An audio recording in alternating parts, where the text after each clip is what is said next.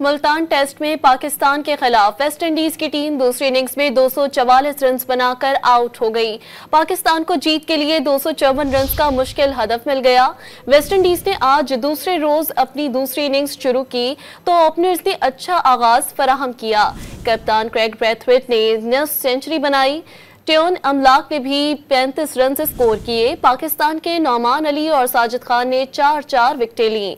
Multan test में पाकिस्तान के खिलाफ वेस्ट इंडीज की टीम दूसरी इनिंग्स में 244 रन बनाकर आउट हो गई। पाकिस्तान को जीत के लिए 254 रन का मुश्किल हदफ मिल गया। वेस्ट इंडीज ने आज दूसरे रोज अपनी दूसरी इनिंग्स शुरू की तो ओपनर्स ने अच्छा आगाज फराहम किया। कप्तान क्रेग ब्रैथवेट ने 9 सेंचुरी बनाई। टेओन अमलाक ने भी 35 रन स्कोर किए। पाकिस्तान के नौमान अली और साजिद खान ने 4-4 विकेटें ली।